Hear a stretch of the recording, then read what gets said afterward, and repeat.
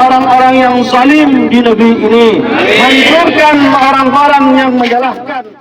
Syederalun Civitas Akademi Universitas Syah Kuala yang tergabung dari sejumlah guru besar dan dosen melayangkan surat terbuka kepada penyelenggara negara yang menyalahgunakan kekuasaan menjelang pemilu 2024 di lapangan Tugu Darussalam Kopelma Darussalam pada Jumat 9 Februari 2024. Pernyataan sikap itu dilakukan oleh puluhan guru besar dan dosen Civitas Akademika USK itu dilayangkan tak lain melihat suasana politik Indonesia menjelang pemilu 2024 yang tinggal menghitung hari.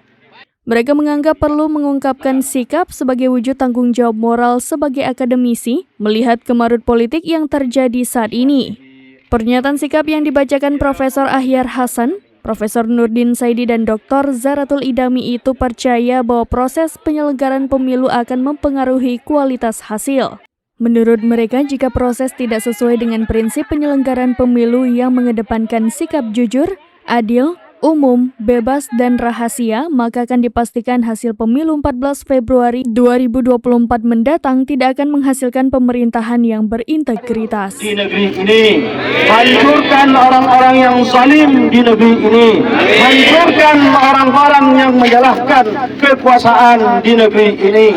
Ya Allah, ya Tuhan kami mohon padamu, bantulah mereka-mereka yang jujur, bantulah mereka-mereka yang berpihak kepada rakyat, agar negeri ini sesuai dengan cita-cita pendiri negeri menjadi negeri. Dari Banda Aceh, Indra Wijaya, serambinews.com. Download Tribun X sekarang, menghadirkan lokal menjadi Indonesia.